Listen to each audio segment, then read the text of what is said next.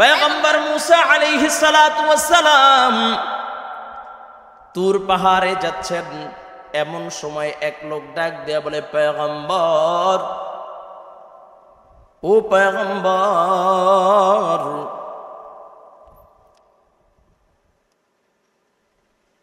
আল্লাহ পাক রব্বুল আলামিন আমাকে কেন কিসের জন্য বানাইছেন? যেই লোক প্রশ্ন করে তার অঙ্গ নাই, হাত নাই, পা নাই, অঙ্গবিহীন একটা মানুষ। দেখেন না দুনিয়ায় কত মানুষ অঙ্গবিহীন আছে, হাত নাই, পা নাই। কিছু কিছু মানুষ দেখলে তো ভয় লাগে, ভয়ঙ্কর সুরত। আল্লাহর বান্দা ডাক দেয়া বলে, পয়গম্বর, আল্লাহ তাআলা আমাকে কেন সৃষ্টি করেছে? আমার অঙ্গ নাই, আমার হাত নাই, পা নাই, আমার কান নাই, অঙ্গবিহীন আমি মানুষ। কেন আল্লাহ তাআলা আমাকে সৃষ্টি করেছেন? কিসের জন্য সৃষ্টি করেছেন? আপনি একটু রব্বে করিম আল্লাহ তাআলাকে জিজ্ঞাসা করবেন, কিসের জন্য আল্লাহ তাআলা আমাকে সৃষ্টি করেছে। পয়গম্বর মুসা আলাইহিস সালাতু ওয়াস সালাম বলে, অবশ্যই আমি আল্লাহ তাআলার কাছে জিজ্ঞাসা করব। সামনে অগ্রসর হয়। এমন সময় আর এক ব্যক্তির সাথে দেখা, যার সামান্য একটা ঝুপড়ির ঘর আছে, আহারের কোনো ব্যবস্থা নাই, বস্ত্রেরও কোনো ব্যবস্থা নাই। ডাক দেয়া বলে, পয়গম্বর, আপনি একটু আল্লাহ তাআলাকে জিজ্ঞাসা করবেন, আল্লাহ তাআলা কি আমার দিকে, আল্লাহ তাআলা কি আমাকে নিয়ামত দিবে কিনা? আমি বড় অভাবে, আমি বড় কষ্ট জীবন যাপন করতেছি। কি আমল করলে বা কি কাজ করলে আল্লাহ তাআলা আমাকে সচ্ছলতা দিবে? আল্লাহর পয়গম্বর বলে, ঠিক আছে, আমি জিজ্ঞাসা করব। আল্লাহর পয়গম্বর মুসা আলাইহিস সালাতু ওয়াস সালাম তুর পাহাড়ে চলে যাচ্ছে। আল্লাহ তাআলার সাথে কথা বললেন। কথা বলে যখন পয়গম্বর আবার যখন অগ্রসর হলেন, প্রথম শেষে যেই ব্যক্তি, যার বস্ত্র নাই, আহারের কোনো ব্যবস্থা নাই, ঝুপড়ির ঘরের ভিতরে থাকে, ওই লোক জিজ্ঞাসা করে, পয়গম্বর, ও পয়গম্বর, আপনি কি আল্লাহ তাআলার কাছে জিজ্ঞাসা করেছেন কি আমল করলে আমি সচ্ছলতায় ফিরব? আল্লাহর পয়গম্বর মুসা আলাইহিস সালাতু ওয়াস সালাম বলেন, হ্যাঁ হ্যাঁ, আমি জিজ্ঞাসা করেছি। বলে, আমি আল্লাহ তাআলার কাছে জিজ্ঞাসা করেছি, তোমাকে আল্লাহ তাআলা বেশি বেশি শুকরিয়া আদায় করার জন্য বলেছি। কি? বেশি বেশি শুকরিয়া আদায় করার জন্য বলেছি। ওই লোক বলে, পেটে ভাত নাই, পরনে কাপড় নাই, আমি এখনো শুকরিয়া আদায় করব? আমার মতো অসময় তো কেউই নাই, আমি এখনো শুকরিয়া আদায় করবো? আল্লাহ কি আমার দেখে না? বাবা খেয়াল করবেন, আল্লাহ বলে, লা ইন শাকারতুম লা আযীদান্নাকুম। রব বলেন, নিয়ামত পেয়ে নিয়ামতের শুকরিয়া আদায় করো, আমি আল্লাহ নিয়ামত বাড়ায় দিব। ওমা সুবহানাল্লাহ বলে গুণ হইব না? আরো জোরে কন্যা সুবহানাল্লাহ। রব বলেন, নিয়ামত পেয়ে নিয়ামতের শুকরিয়া আদায় করো, আমি নিয়ামত বাড়ায় দিব। ওয়ালা ইন কাফারতুম, এবং কেউ যদি নিয়ামত পেয়ে না শুকরিয়া করে, ইন্না আযাবি লাশাদীদ, আমি তার নিয়ামতকে ছিনায় নিব এবং কঠিন আযাবের ভিতরে ফেলব। পয়গম্বর মুসা বলেছে শুকরিয়া আদায় করার জন্য। ও আল্লাহর বান্দা যেই মাত্র বলল, আমি আর কতকাল শুকরিয়া আদায় করব, আল্লাহকে আমাকে দেখে না? এমন সময় একটা তুফান, ঝড় তুফান এসে তার থাকার যে ঘরটা, সেই ঘরটাকে উড়ায় নেয়, থাকার ঘরটাকে উড়ায় নিয়েছে, আযাবের ভিতরে পড়ে গেছে। সামনে অগ্রসর হচ্ছে অঙ্গ প্রত্যঙ্গবিহীন মানুষ, যারা হাত নাই, পা নাই। আল্লাহর পয়গম্বরকে ডাক দিয়ে বলে, পয়গম্বর, আপনি কি আল্লাহ তাআলাকে জিজ্ঞাসা করেছেন কেন আল্লাহ তাআলা আমাকে সৃষ্টি করেছেন, কেন আমাকে বানাইছেন? পয়গম্বর বলে, হ্যাঁ আমি জিজ্ঞাসা করেছি। বলে আল্লাহ তাআলা কি বলেছে? বলে আল্লাহ তাআলা বলেছে তোমাকে জাহান্নামের ভিতরে একটা ছিদ্র আছে, ও ছিদ্রর মাপ বরাবরই তোমাকে বানানো হয়েছে, তোমাকে দিয়েই ও জাহান্নামের ছিদ্রকে বন্ধ করা হবে। আল্লাহর বান্দা চোখের পানি সাইরা শুকরিয়া আদায় করে আলহামদুলিল্লাহ। আল্লাহর বান্দা চোখের পানি চাইরা বলে আলহামদুলিল্লাহ। পয়গম্বর ডাক দিয়া বলে, রে ভাই, জাহান্নামের ছিদ্র তোমার দিয়ে বন্ধ করা হবে, তারপর তুমি কেন আলহামদুলিল্লাহ বললা? ডাক দিয়া বলে, পয়গম্বর আমি কেন আলহামদুলিল্লাহ বলেছি জানেননি? ওই মহান মালিক আল্লাহ আমাকে অনার্থক সৃষ্টি করেন নাই, অনার্থক সৃষ্টি করেন নাই। আমার মতো কমজোর দুর্বল নাচিজ বান্দাকে যে মনে রেখেছে, এই জন্য আমি শুকরিয়া আদায় করেছি। মালিক যে আমার কথা এখনো স্মরণ করেছে। সুবহানাল্লাহ। পয়গম্বর মুসা যেই মাত্র এই কথা বলেছে, আল্লাহর বান্দা কিতাবের ভিতরে লেখে যেই মাত্র এই কথাগুলো বলেছে, শুকরিয়া আদায় করেছে, তাকে পুরো স্বয়ং সম্পূর্ণ একজন মানুষে তৈরি হয়ে রূপান্তরিত হয়ে গেছে। বলুন সুবহানাল্লাহ। তাহলে লা ইন শাকারতুম লা আযীদান্নাকুম ওয়া লা ইন কাফারতুম ইন্না আযাবি লাশাদীদ। রব বলেন, নিয়ামত পেয়ে নিয়ামতের শুকরিয়া আদায় করো, নিয়ামত বাড়ায় দিব। নিয়ামত পেয়ে নিয়ামতের না শুকরিয়া করো, আমি নিয়ামতকে ছিনায় নিব এবং কঠিন আযাবের ভিতরে ফেলবো। ও যুবক ভাই, আমরা আল্লাহ তাআলার দামি মাখলুক, বলে আশরাফুল মাখলুকাত, যত সৃষ্টি জীব আছে তার ভিতরে সবচেয়ে সৃষ্টির সেরা হলো মানুষ। ঠিক কিনা? সৃষ্টির সেরাকে মানুষ। আল্লাহ তাআলা দরদ নিয়ে আপনাকে আমাকে সৃষ্টি করেছেন। ওমা খালাকতুল জিন্না ওয়াল ইনসা ইল্লা লিয়াবুদুন। রব বলেন, আমি জিন এবং ইনসানকে আমার ইবাদতের জন্য সৃষ্টি করেছি। সুবহানাল্লাহ। আরো জোরে আওয়াজ করে বলেন সুবহানাল্লাহ। তার মানে মানুষ তোমাকে আমাকে ইবাদতের জন্য বানাইছেন। আমি গত জুমায় যে আলোচনা করেছিলাম, কোরআনুল কারীম দ্বারা যারা হেদায়েত প্রাপ্ত হবে, যারা মুত্তাকি হবে, তাদের কিছু গুণ আছে। গুণ আমি যে আয়াতে কারিমে তেলাওয়াত করেছি সূরা বাকারার 5 নম্বর আয়াত পর্যন্ত এই গুণগুলোই বলা হয়েছে। আল্লাযীনা ইউমিনুনা বিল গায়বি ওয়া ইউকিমুনাস সালাতা ওয়া মিম্মা রাযাকনাহুম ইউনফিকুন ওয়াল্লাযীনা ইউমিনুনা বিমা উনজিলা ইলাইকা ওয়া মা উনজিলা মিন ক্বাবলিক ওয়াবিল আখিরাতি হুম ইউকিনুন।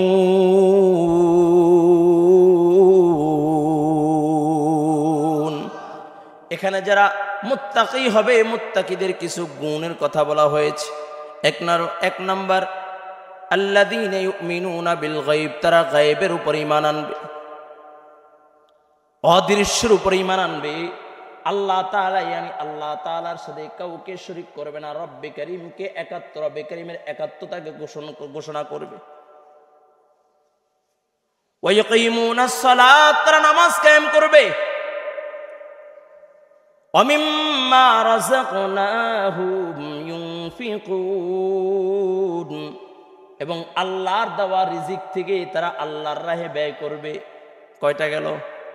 3টা। কয়টা? 1 নাম্বার হলো গায়েবের উপরে ঈমান আনবে, 2 নাম্বার নামাজ কায়েম করবে, 3 নাম্বার আল্লাহর দেওয়া রিজিক থেকে আল্লাহর রাহে ব্যয় করবে। 3টা। যুবক ভাই ভালো করে শুনবেন, যারা মুত্তাকি হবে, মুত্তাকি কারা? মুত্তাকিদের গুণগুলো বলা হয়েছে। এই গুণগুলো যাদের ভিতরে আছে তারা হলো মুত্তাকি।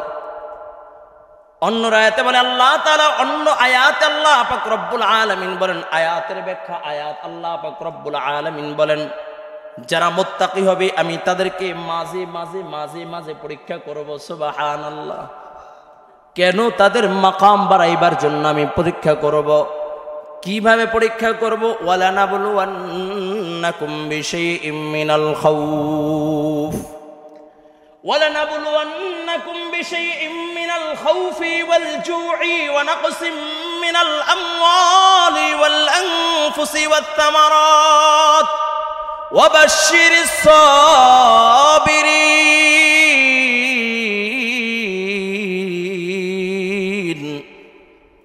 খেয়াল করবেন, আল্লাহ বলেন এখানে কি বলেন?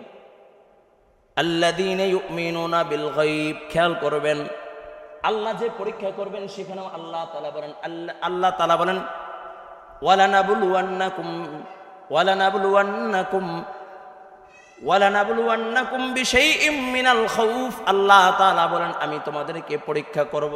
যারা মুত্তাকি যারা, তাদেরকে আল্লাহ পরীক্ষা করবে। ওয়ালানাবলুওয়ান্নাকুম বিশাইইম মিনাল খাউফ। ভয় দিয়া, কি দিয়া? ভয় দিয়া। এই ভয়টা কি ভয়? খেয়াল করবেন, প্রসিদ্ধ চারটা মাযহাব, হানাফি, মালিকি, হাম্বলি, শাফি। এই চার মাযহাবের একজন ইমাম হলো ইমাম শাফি রাহিমাহুল্লাহ তাআলা। তো ইমাম শাফি রাহমাতুল্লাহ আলাইহির কৌল এখানে মত, তার মতটা হলো ওয়াল খাউফ দিয়া এর ব্যাখ্যা দেওয়া হয়েছে ভয় মানে আল্লাহ তাআলার ভয়। ভয় কার ভয়? যারা মুত্তাকি তাদের ভিতরে এক নাম্বার থাকবে আল্লাহর ভয়। যারা মুত্তাকি তাদের এক নাম্বার থাকবে তাদের ভিতরে আল্লাহর ভয়। বলুন সুবহানাল্লাহ। আর যাদের ভিতরে আল্লাহর ভয় থাকবে, খেয়াল করবেন অন্য আয়াতের তাফসীর আয়াত, আল্লাহ তাআলা বলেন যাদের ভিতরে আল্লাহর ভয় থাকবে, যাদের দিলের ভিতরে আল্লাহর ভয়, ওয়ালিমান খাফা মাকামা রাব্বিহি জান্নাতান। আল্লাহু আকবার। একটা আওয়াজ করে কোন আল্লাহু আকবার। কি কষ্ট হচ্ছে, কারণ নাই। ময়দানে মাহশরের কথা একটু চিন্তা করেন। এটা তো দুনিয়ার গরম, তখন তো সূর্যের 12টা মুখ আপনার আমার মাথার উপরে চলে আসবে, 1 বিঘা মুড়ো ভাত এর উপরে, তখন কি অবস্থা থাকবে? তো পরকালের নাজাত স্বরূপ একটু ইনশাআল্লাহ তাআলা কষ্ট করি। ইনশাআল্লাহ প্রত্যেকটা গ্রামের ফোটাকাল কিয়ামতের ময়দানে সাক্ষী দিবে আল্লাহ তোমার ঘরে যে নামাজ পড়তে গিয়ে ঘাম ঝরাইছে তুমি তাকে জাহান্নামে দিও না। সুবহানাল্লাহ। আল্লাহু আকবার। আমরা তো আরাম খুঁজি, আরাম। এখন তো মসজিদগুলো টাইলস হয়ে গেছে, মোজাইক হইতেছে, ফ্যান আছে, এসি আছে, কিন্তু আগের মতো সেই মুসল্লি নাই। আগে পাকা ছিল না, বালুর ভিতরে সেজদা দিত। আগে টাইলস ছিল না, ছাদ ছিল না, গোলপাতার ছাউনি ছিল। বৃষ্টি যদি আকাশে 1 ঘন্টা হইতো, মসজিদের ভিতরে 3 ঘন্টা পড়তো, এই গোলপাতার টপ টপ করে পানি। কিন্তু তাদের দিলগুলো ছিল বড় নরম, সেজদা দিলে অনার্গল চোখ থেকে পানি পড়তো। ঠিক কিনা জোরে বলেন? এখন মসজিদ পাকা হয়েছে, আমার দিলগুলো শক্ত হয়ে গেছে, কঠিন হয়ে গেছে। এখন মসজিদে এসি আছে, কিন্তু আমাদের সেই নামাজের প্রশান্তি পাই না। অথচ রাসূল বলেন কুররাতু আইনুম মিনাস সালাহ, কুররাতু আইনুম ফিস সালাহ। নামাজের মাধ্যমে আমার চক্ষু শিথিল হয়। বলুন সুবহানাল্লাহ। নামাজের মাধ্যমে চক্ষু শিথিল হয়। আর আমরা এখন এই দিনকে একটা দেখলাম, ভিডিও দেখলাম, বাইতুল মুকাররমে একজন নামাজ পড়তে গেছে। এই যে কয়েকদিন আগে গরম পড়ছে না, এখন এসি চালায় না, বা এসি বাইরে, এসির আওতাধীন ছিল না সম্ভবত। এখন বাইরে এটা কি নামাজ পড়ার পরিবেশ হইল? এই জায়গায় নামাজ পড়া যায়? এটা কি ইবাদত গা? ভিন্ন ধর্ম অবলম্বী তাদের ইবাদত গুলো কত শান শওকত, কত আলিশান, কিন্তু মুসলমানদের ধর্মীয় মসজিদগুলো এত নোংরা, এতই। আরে ভাই, মসজিদ তো পাকা হচ্ছে, কিন্তু আপনার আমার ঈমান কতটুকু পাকা হচ্ছে? আপনার আমার ঈমান কতটুকু মজবুত হচ্ছে?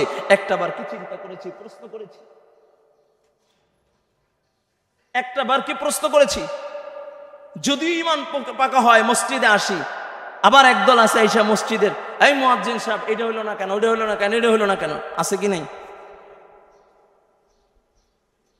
অথচ আল্লাহ তাআলা বলেন ওয়ালিমান খাফা মাকামা রাব্বিহি জান্নাতান। চিল্লায় এখন আল্লাহু আকবার।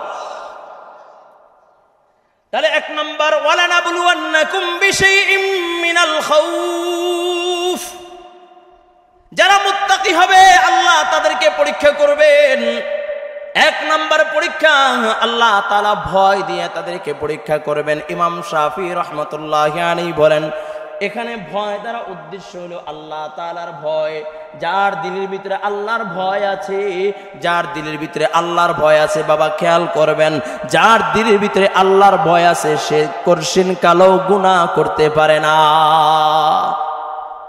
এখন প্রশ্ন যদি করি, ভাই এখানে আমাদের কার কার আল্লাহর ভয় আছে? সবাই আল্লাহু আকবার বলে হাত জাগাও, ঠিক কিনা?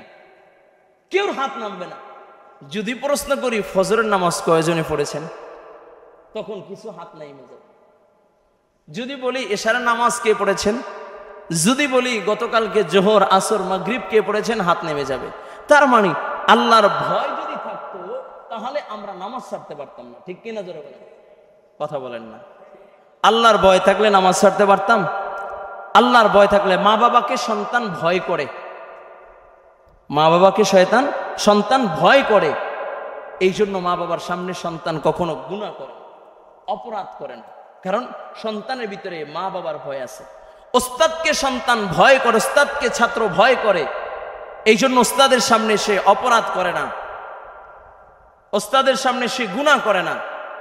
ঠিক আমরা বলি আল্লাহকে ভয় করি, কিন্তু এরপরও গুনাহ করি, তার মানে আমরা মুখে বলি একটা, অন্তর হলো আর একটা, ঠিক কিনা? জোরে বলেন। যদিও বলি আল্লাহকে ভয় করি, মূলত আমাদের দিলের ভিতরে আল্লাহর ভয় নাই। এই জন্য মুত্তাকি যারা হবে তাদের এক নাম্বার, তাদেরকে পরীক্ষা করবেন, ওয়ালানাবুলুয়ান্নাকুম বিশাইইম মিনাল খাউফ। আল্লাহ বলেন আমি তাদেরকে এক নাম্বার পরীক্ষা করব ভয় দিয়া। ভয় দিয়া, কি দিয়া? জোরে বলেন, একটা আওয়াজ করে বলেন না, কি দিয়া? ভয়। এখানে ভয়ের অর্থ হইল আল্লাহ তাআলার ভয়। যার ভিতরে আল্লাহ তাআলার ভয় চলে আসবে সে মুত্তাকি হয়ে যাবে। যার ভিতরে আল্লাহর ভয় চলে আসবে আল্লাহ তাআলা তাকে তার সম্মান বাড়ায় দিবে। যার ভিতরে আল্লাহ তাআলার ভয় চলে আসবে আল্লাহ তাকে ওলি বানায় দিবে। সুবহানাল্লাহ। তার মানে আমাদের দিলের ভিতরে আল্লাহর ভয় নেই। যদি ভয় থাকতো তাহলে নামাজ মিস হতো না, যদি ভয় থাকতো সুদ খাইতাম না, যদি ভয় থাকতো তাহলে চিন্তায় রাহাজানি করতাম না, যদি ভয় থাকতো তাহলে মিথ্যা কথা বলতাম না, যদি ভয় থাকতো তাহলে খুন দর্শন করতাম না, যদি ভয় থাকতো তাহলে অন্যের হক নষ্ট করতাম না, ঠিক কিনা? জোরে বলেন। তার মানে আমাদের ভিতরে আল্লাহর ভয় নাই। আর সাহাবায়ে কেরামের ভিতরে কেমন আল্লাহর ভয় ছিল? কেমন ভয় ছিল? বলে সাহাবায়ে কেরাম আল্লাহ তাআলাকে কেমন ভয় করতেন? বলে ঈমান এনেছে সামান্য রসুলের একজন সাহাবী, রসুলের আদনা সে আদনা একজন সাহাবী যদি গুনাহ করে ফেলতেন সাথে সাথে কম্পন শুরু হয়ে যেত, ভয়তে কাঁপত, সাথে সাথে তওবা করে নিতেন। আর আমরা গুনাহ করে গুনার অ্যাডভাইস করি, অ্যাডভাইস বুঝেন, গুনাহ করে এইগুলো আবার বন্ধু বান্ধবের মাঝে শেয়ার করি, দোস্ত আজকে তো এটা কইরা ফেলছে। এই জন্য মুত্তাকি যারা হবে তাদেরকে আল্লাহ পরীক্ষা করবেন এক নাম্বার ভয় দিয়া। ওয়ালানাবলুওয়ান্নাকুম বিশাইইম মিনাল খাউফ ওয়াল জু'i ওয়া নাকসিম মিনাল আমওয়ালি ওয়াল আনফুসি ওয়াত থামারাত ওয়া বাশশিরিস সাবিরিন। পাঁচটা জিনিস দিয়ে আল্লাহ তাআলা পরীক্ষা করবেন। এক নাম্বার ভয়, দুই নাম্বার ক্ষুধা দিয়ে আল্লাহ পরীক্ষা করবেন। ক্ষুধা কি? ক্ষুধা দিয়া। এখানে ক্ষুধার ব্যাখ্যা ইমাম শাফি রহমতুল্লাহ আলাইহি বলেছেন, ক্ষুধার ব্যাখ্যা হলো রমজানের রোজা। রোজা দিয়া আল্লাহ পরীক্ষা করবেন। কয় হুজুর কেমনে? কয় রোজা অনেক আল্লাহর বান্দা আছে, এই যে রমজান মাস চলে গেছে, রমজান মাস পাইয়াও তারা রমজানের রোজা রাখে নাই। কয় আমার ঘরে খাবারের অভাব আছে কি বা গরম প্রচন্ড কষ্ট হয় তাই রোজা রাখে নাই, আছে কি নাই? আল্লাহর নবী সাল্লাল্লাহু আলাইহি ওয়াসাল্লাম খন্দকের যুদ্ধ যখন খন্দক খনন করতেছেন, খেয়াল করবেন, রাসূল আকরাম সাল্লাল্লাহু আলাইহি ওয়াসাল্লাম যখন খন্দক খনন করতেছেন তখন সাহাবীরা এসে জামা উঠায়া বলে, ইয়া রাসূলুল্লাহ, ইয়া হাবিবাল্লাহ, ওগো আল্লাহর নবী, ক্ষুধার তাড়নায় ছটফট করতেছি, তাই তো পেটের ভিতরে পাথর বেঁধেছি। কি বলেন? পেটের ভিতরে পাথর বেঁধেছি। মায়ার নবী রহমাতুল লিল আলামিন নবী মুহাম্মদুর রাসূলুল্লাহ সাল্লাল্লাহু আলাইহি ওয়াসাল্লাম বলেন, সাহাবায়ে কেরাম, তোমরা ক্ষুধার জন্য, ক্ষুধার কারণে পেটের ভিতরে একটা পাথর বেঁধেছো, আমি মুহাম্মদুর রাসূলুল্লাহ সাল্লাল্লাহু আলাইহি ওয়াসাল্লাম ক্ষুধার তাড়নায় পেটের ভিতরে দুইটা পাথর বেঁধেছি। তোমরা একটা পাথর বেঁধেছো আর আমি দুইটা পাথর বেঁধেছি।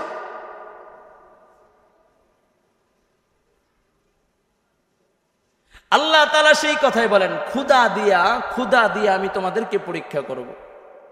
এখন আসেন মূল আমার আলোচনায়। আল্লাহ তাআলা মুত্তাকি যারা হবে, মুত্তাকির গুণ কয়টা? 6টা। মুত্তাকির গুণ কয়টা? 6টা। যারা মুত্তাকি হবে আল্লাহ তাআলা তাদেরকে পরীক্ষা করবেন কয়টা জিনিস দিয়া? 5টা। মূল বুঝছেন তো? মূল কথা, মুত্তাকি যারা, কোরআন শরীফ হেদায়েত কাদের জন্য? মুত্তাকি কারা? যাদের ভিতরে 6টা গুণ থাকবে। আবার মুত্তাকি যারা হবে, 6 গুণ ওয়ালা যারা হবে, তাদেরকে আল্লাহ 5টা জিনিস দিয়ে পরীক্ষা করবেন। একটা হলো ভয়, ক্ষুধা দিয়া, ফল ফসল বিনষ্ট কইরা, আল্লাহ পাক সন্তানের বিনিময়, জানের বিনিময়। বলে ফল ফসল বিনষ্ট কইরা, ফল ফসল দ্বারা কি বুঝাইছেন? ফল দ্বারা কি বুঝাইছেন? উলামায়ে কেরাম বলেন সন্তান দিয়া আল্লাহ তাআলা পরীক্ষা করবেন। সুবহানাল্লাহ। সন্তান দিয়া পরীক্ষা করবেন। সন্তান, এটা আল্লাহ তাআলার সন্তান, স্ত্রী সন্তান, এটা হলো আল্লাহ তাআলার দেওয়া নিয়ামত, দুনিয়ার সৌন্দর্য। ওয়াল মালু ওয়াল বানুনা জিনাতাল হায়াতাদ দুনিয়া। সন্তান, স্ত্রী সন্তান দুনিয়ার সৌন্দর্য। মাল সম্পদ, সন্তান স্ত্রী, এগুলো হলো দুনিয়ার সৌন্দর্য। এগুলোকে আল্লাহর রাস্তায় সঠিকভাবে পরিচালনা করার নামই হইল মুমিন। আর যেই ব্যক্তি পরিচালনা করতে পারবে, আল্লাহ পাক রব্বুল আলামিন তাকে মুত্তাকি বলেছে, তার মাকাম আল্লাহ তাআলা বৃদ্ধি করবে। প্রশ্ন হইতে পারে, হুজুর চেষ্টা তো করি কিন্তু শেষ তো হয় না, কিন্তু পারি তো না। চেষ্টা তো করি কিন্তু পারি তো না। সন্তান কথা শোনে না, স্ত্রী কথা শোনে না, আছে কি নাই? আল্লাহ তাআলা অন্য আয়াতে বলেন, আয়াতের ব্যাখ্যা আয়াত, আল্লাহ তাআলা বলেন কু আনফুসাকুম ওয়া আহলিকুম নারা। সুবহানাল্লাহ। কু আনফুসাকুম ওয়া আহলিকুম নারা। আল্লাহ বলেন তুমি নিজেকে জাহান্নামের আগুন থেকে বাঁচাও, তোমার আহাল পরিবার পরিজনদেরকে বাঁচাও, বাঁচাবার চেষ্টা করো। বাঁচাও এখানে বেশ কম হলো। নিজেকে, উলামায়ে কেরাম বলেন নিজেকে জাহান্নামের আগুন থেকে বাঁচানো ফরজে আইন, বাঁচাইতেই হবে। যদি না পারি জাহান্নামে যেতে হবে। বুঝতে পারলেন? আর স্ত্রী সন্তানদেরকে জাহান্নামের আগুন থেকে বাঁচাইবার চেষ্টা করতে হবে। যদি এই চেষ্টা করতে যে যদি ব্যর্থ হই, তাহলে কাল কিয়ামতের ময়দানে জবাবদিহি করতে হবে। আর যদি বাঁচাইতে গিয়ে যদি চেষ্টা করার পরে যদি সম্ভব না হয়, আল্লাহ আমি আমার চেষ্টা করেছি, তোমার সিদ্ধান্ত তোমার কাছে। বুঝতে পারলেন? আমি মনে হয় বুঝাইতে পারিনি। আমার কথা মনে হয় বুঝতেছেন না। কে কে বুঝতেছেন একটু হাত জাগান তো। আল্লাহু আকবার। আপনার কথা না বললে একটু হাত এটা এইভাবে নাড়াচাড়া দেন তো, এইভাবে একটু এইভাবে নাড়াচাড়া দেন। মাশাআল্লাহ, আল্লাহ কবুল করেন। হাত নামান। না বুঝলে তো কষ্ট হয়। আমার কথা আমি বুঝাইতে পারিনি বোধ হয়। বুঝতেছেন তো ইনশাআল্লাহ? তাহলে কিছু একটা বইলেন, হ্যাঁ বা না বা সুবহানাল্লাহ আলহামদুলিল্লাহ বইলেন, তাহলে তো বুঝবো যে বুঝতেছেন। আল্লাহ কবুল করুন, বলুন আমিন। আরো জোরে বলুন আমিন। যারা সামনে শ্রোতা থাকে তাদের উপরে অনেক সময় অনেক আলোচনা ডিপেন্ড করে। তা আপনাদের জবান থেকে সুবহানাল্লাহ আলহামদুলিল্লাহ বের হইলে আমার লাভ না, বরঞ্চ আপনাদের লাভ। কি বলেন? যেই ব্যক্তি একবার আলহামদুলিল্লাহ পড়বে, আল্লাহ তাআলা 2 মিজান সওয়াব দান করবে। একবার সুবহানাল্লাহ বলবে, জান্নাতে একটা আল্লাহ গাছ লাগায় দিবেন। একবার আল্লাহু আকবার বলবে, 100 গলা কাটা শহীদের সওয়াব দিবেন। কি বলেন? এগুলোর দরকার আছে কি নাই? এজন্য মাঝে মাঝে একটু বলবেন সুবহানাল্লাহ আলহামদুলিল্লাহ আল্লাহু আকবার। তাহলে আল্লাহ পাক রব্বুল আলামিন মুত্তাকি যারা, তাদের গুণ হলো 6টা। এখন আসেন তাদের গুণ কয়টা বললাম? 3টা। 1 নাম্বার আল্লাযীনা ইউমিনুনা বিল গায়ব, তারা গায়েবের উপরে ঈমান আনবে। ওয়া ইউকিমুনাস সালাত, তারা নামাজ কায়েম করবে। ওয়া মিম্মা রাযাকনাহুম ইউনফিকুন, এবং আল্লাহর দেওয়া সম্পদ থেকে, আল্লাহর দেওয়া রিজিক থেকে আল্লাহর রাহে ব্যয় করবে। সুবহানাল্লাহ। এখন আসেন, গায়েব সম্পর্কে গত জুমায় মুখতাসার কিছু আলোচনা হয়েছিল, খেয়াল আসেনি?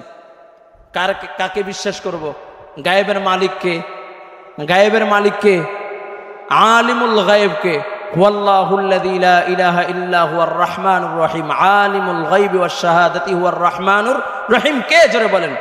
গায়েবের মালিক একমাত্র আল্লাহ। আর দুনিয়ার কেউ গায়েব জানে না, কেউ গায়েব জানে না, কেউ জানে না। একজন জানেন, তিনি কে? গায়েবের মালিক কে? গায়েবের মালিক একমাত্র আল্লাহ। তো এখানে এসে আমাদের সমাজের ভিতরে কয়েকটা ভাগ আছে। কিছু কিছু লোক বলে রসুল গায়েব জানে, আবার কিছু কিছু লোক বলে খাজা গায়েব জানে, আবার কেউ কেউ বলে আল্লাহর দন নবীর দিয়া আল্লাহ গেছেন গায়েব হইয়া, নবীর দন খাজারা দিয়া নবী গেছেন গায়েব হইয়া, খাজা ঘুমায় আজমিরিতে। এমন প্রবাদ আপনারা শুনেছেন কি? এটা একদম শিরকি আর কুফরি কথা। এই কথা যদি কেউ মানে আর বিশ্বাস করে, তার ঈমান থাকবে না। গায়েবের মালিক কে? আলিমুল গায়ব কে? গায়েবের মালিক আল্লাহ। এই কথার উপরেই বিশ্বাস রাখতে হবে। এখন আমাদের সমাজে কিছু লোক আছে, হুজুর খুব অভাব, মানে সমস্যার ভিতরে আছে। কি সমস্যা? কি সমস্যা? অনেক ধরনের সমস্যা। তো অমুকের কাছে গিয়েছিলাম, সে বলল আমারে নাকি অমুক করছে, এই হয়েছে, এই করছে।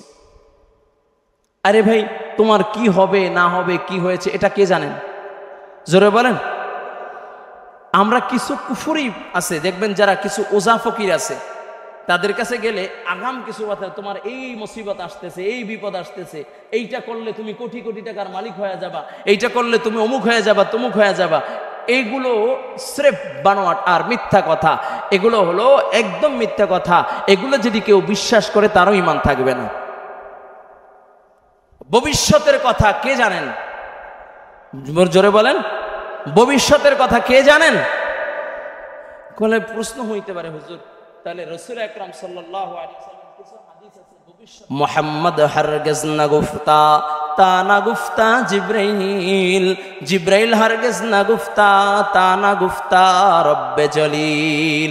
কই আল্লাহর নবী ততক্ষণ পর্যন্ত কিছুই বলেন না যতক্ষণ না পর্যন্ত জিবরাইল আমার নবীর কাছে না নিয়ে আসেন। জিবরাইল ততক্ষণ পর্যন্ত কিছুই বলেন না, স্বয়ং আল্লাহ যতক্ষণ না পর্যন্ত জিবরাইলকে বলতে না বলেন। বলেন না সুবহানাল্লাহ।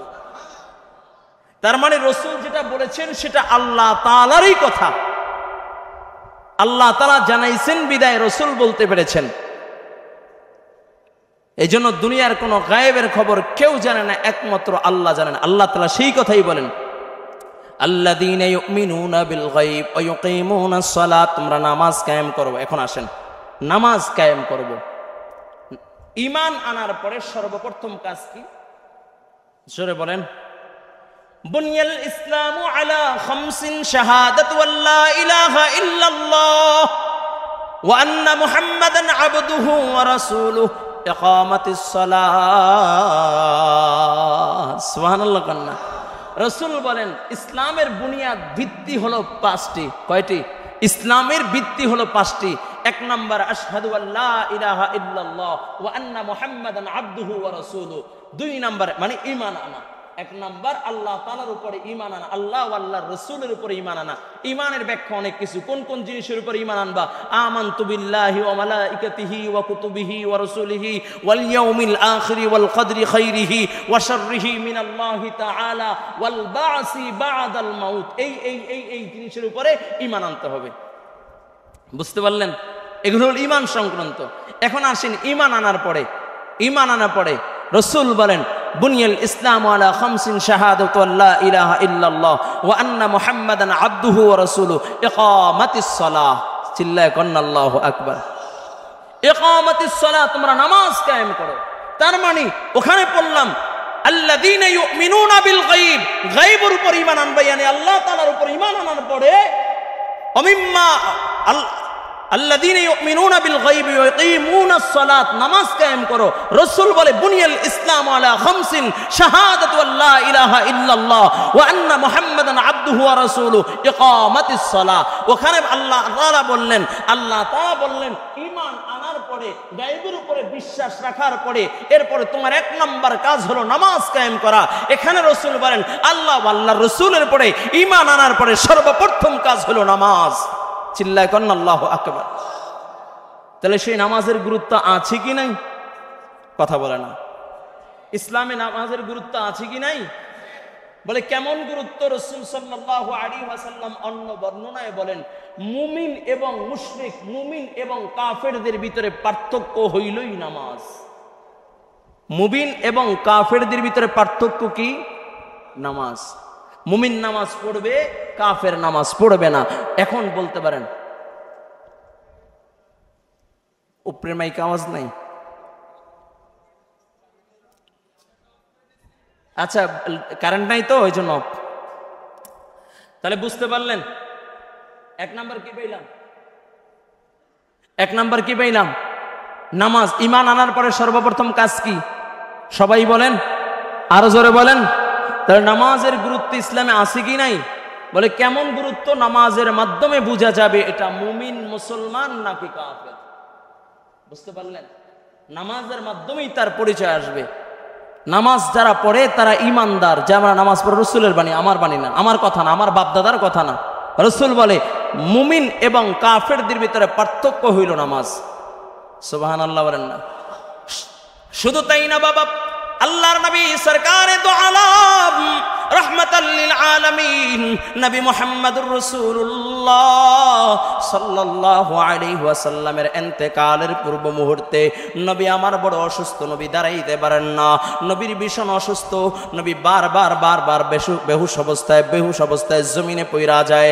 হুঁশ আসে, বলে আয়েশা মেসওয়াক দাও, ওযু করব। আবার নবী অজ্ঞান হয়ে যায়। আবার নবী মেসওয়াক করার জন্য যখন পানি চায়, মেসওয়াক চায়, ওযু করে মসজিদে যাবে, আবার নবী অজ্ঞান হয়ে যায়। নবী ভীষণ অসুস্থ, নবী দাঁড়াইতে পারেন না। আম্মা জান আয়েশা সিদ্দিকা রাদিয়াল্লাহু তাআলা আনহার হুজরা থেকে মসজিদে নববী দেখা যায়। এমন সময় মসজিদে নববীতে জামাতের সময় ওভার হয়ে যাবে। এই সময় সিদ্দিকে আকবর আবু বকর সিদ্দিক রাদিয়াল্লাহু তাআলা আনহুর ইমামতিতে নামাজ আদায় করলেন। পয়গম্বর আরবি সরকারে দো আলম রাহমাতাল লিল আলামিন নবী মুহাম্মদুর রাসূলুল্লাহ সাল্লাল্লাহু আলাইহি ওয়াসাল্লাম ও নামাজের দৃশ্যগুলো দেখা আল্লাহর নবী চোখের পানি সাইরা কান্না করতেছে।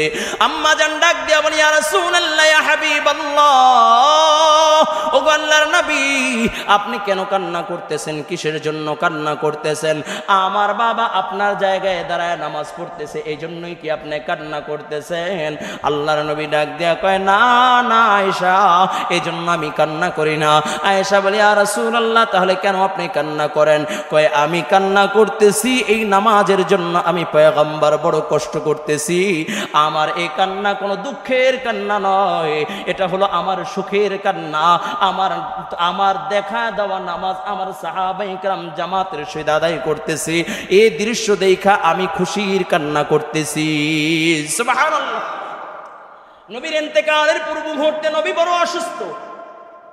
নবী ইন্তেকালের পূর্ব মুহূর্তে সাহাবায়ে কেরামদেরকে ডাইকা বলেন, ও আমার সাহাবায়ে কেরাম, আসসালাত আসসালাত আসসালাত ওয়া মা মালাকাত আইমানুকুম। সাহাবায়ে কেরাম, নামাজ, সাবধান, তোমরা নামাজ ছাইরো না।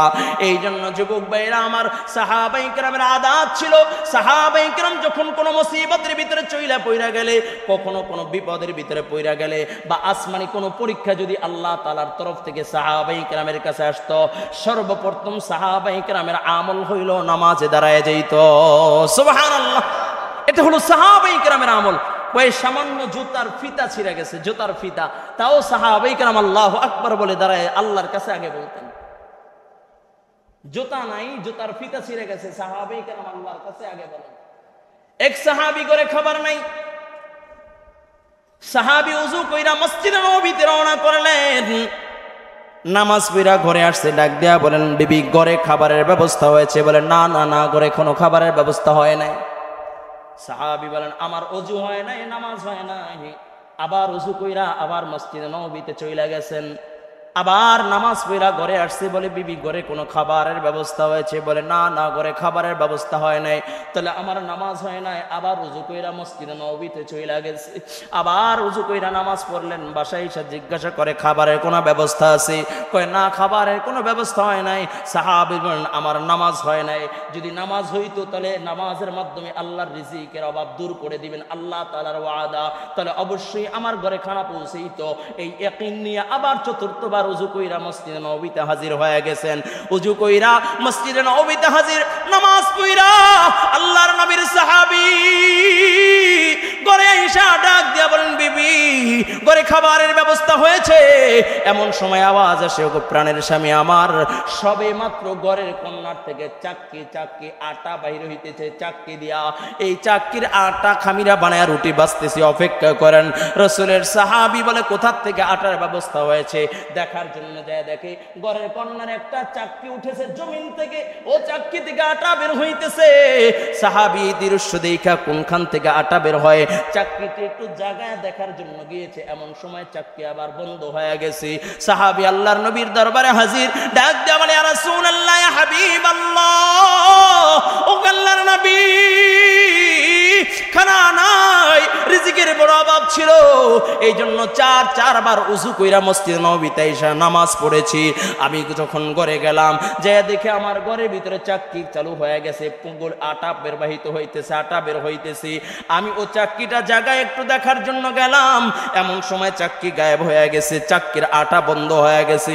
আল্লাহর নবী ডাক দিয়া বলেন সাহাবী, তোমার যে ইয়াকিন আর বিশ্বাস ছিল, তুমি যে নামাজ পড়েছো, আল্লাহ তাআলা খুশি হয়া চিরস্থায়ীর জন্য আল্লাহ তাআলা তার কুদরত জাহির করে দিয়েছিল।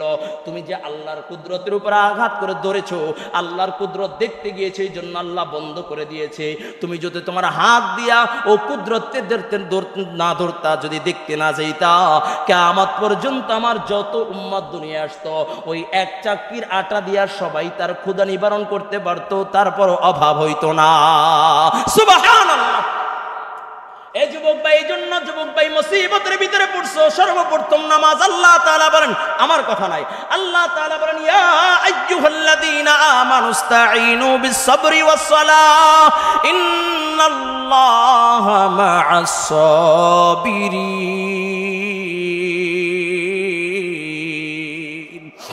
আল্লাহ তাআলা বলেন ইয়া আইয়ুহাল্লাযীনা আমানুস্তাঈনু বিস-সাবরি ওয়াস-সালাহ, হে ঈমানদারগণ, তোমরা যখন মুসিবতের ভিতরে পইরা যাবা, বিপদের ভিতরে পইরা যাবা, তোমরা নামাজের মাধ্যমে সবরের সাথে আমি রব্বে কারীমের কাছে সাহায্য প্রার্থনা করো, নিশ্চয়ই আমি আল্লাহ সাবির বান্দার সাথে আছি। সুবহানাল্লাহ। আল্লাহ কার সাথে আছেন? সবের বান্দার সাথে আছেন। কিভাবে সবের হতে হবে? কয় নামাজের মাধ্যমে সবরের সাথে। কার কাছে সাহায্য চাইব?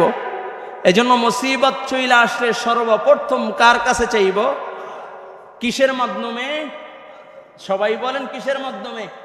এখন মুসিবত চইলা আসলে, রোগ হয়েছে, ডাক্তারের কাছে দৌড় দেই। মুসিবত চইলা আসলে, বিপদে পড়ছি, উকিলের কাছে দৌড় দেই। মুসিবত চইলা আসলে এমপির কাছে দৌড় দেই, চেয়ারম্যানের কাছে দৌড় দেই। আরে तमाम দুনিয়ার বাদশার বাদশা তো আল্লাহ, तमाम দুনিয়ার মালিকের মালিক তো আল্লাহ, तमाम দুনিয়া যার হাতে, যার কুন ফায়াকুন সমস্ত কিছু ধ্বংস হয়ে যাবে, সে মালিকের উপর দিয়ে কেউ নাই।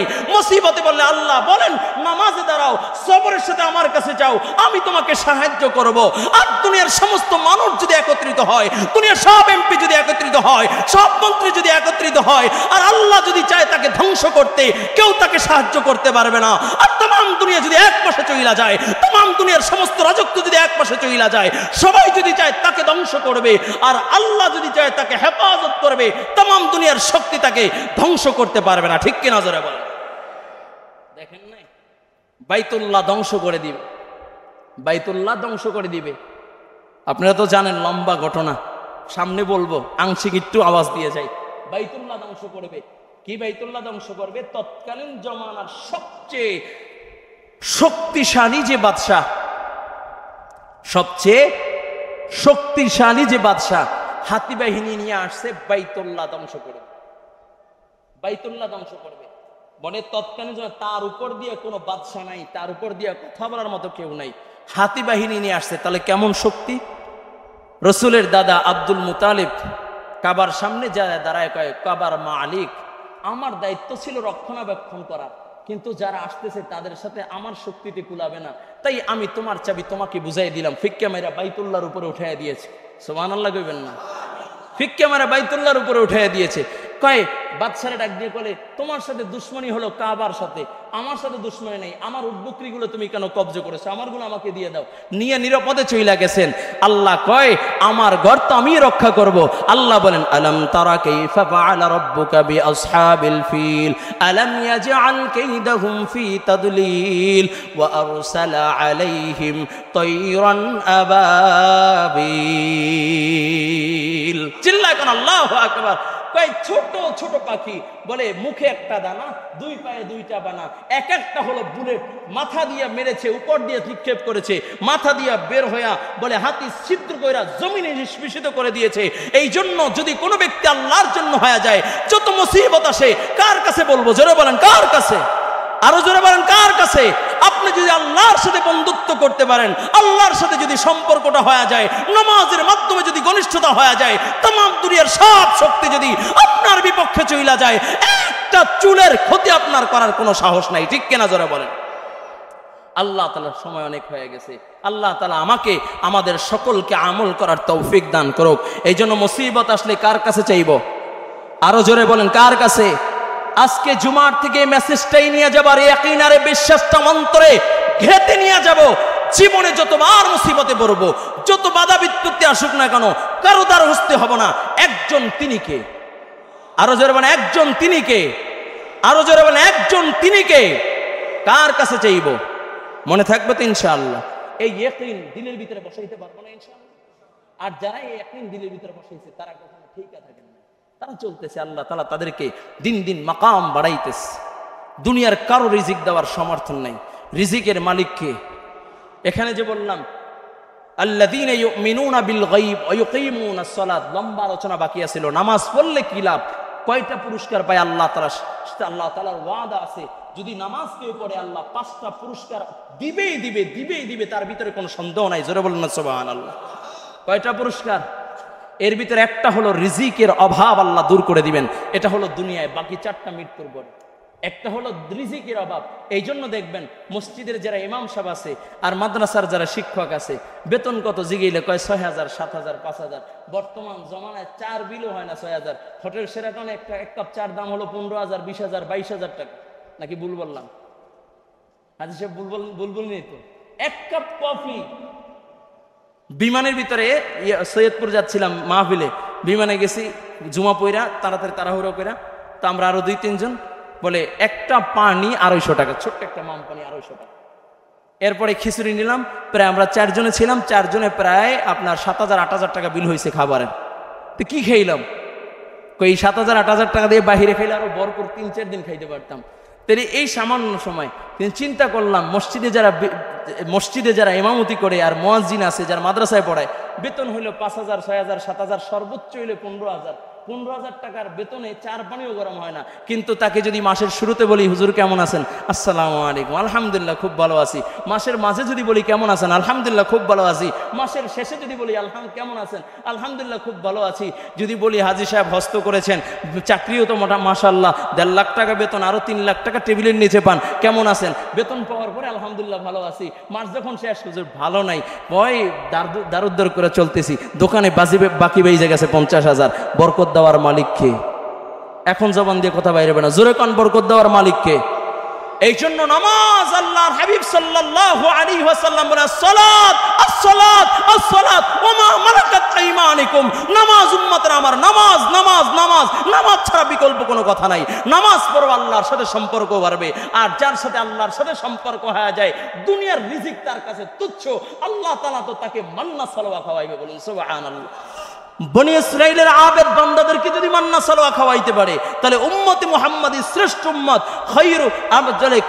খায়রু উম্মত যারা, শ্রেষ্ঠ উম্মত যারা, তাদেরকে আল্লাহ কেন মান্না সালোয়া খাওয়াইবে না? তবে আসমান থেকে খাওয়া দিবে না, বলে এমন খাওয়ান খাওয়াইবে, সেটা হলো রিজিকের খাবার। রিজিকের খাবার কয় কেমন খাবার? রিজিক কয় উত্তম শ্রেষ্ঠ রিজিক, সম্মানের রিজিক আল্লাহ খাওয়াইবে। কয় তোমার তো কেউ দাওয়াত দেয় না, ইমাম সাহেবরে তো প্রত্যেক সপ্তাহে 5 বার 7 বার দাওয়াত দেয়, অনেক সময় তো সিরিয়াল লাইগা যায়। কয় হাজী সাহেব অমুকে তো দাওয়াত দিয়েছে, দিছে, আপনারটা রাত্রে খাওয়ানে। এটা হলো ইজ্জতের খাবার। আল্লাহ তাআলা বলেন, আল্লাহর ওয়াদা, যেই ব্যক্তি নামাজ পড়বে আল্লাহ তাআলা তাকে হালাল রিজিকের ব্যবস্থা করে দেবে, রিজিকের পেরেশানি দূর করে দেবে। চিল্লা এখন আল্লাহু আকবার। जो कुछ हुआ या रब तेरे करम से हुआ, जो कुछ होगी या रब तेरे करम से होगी।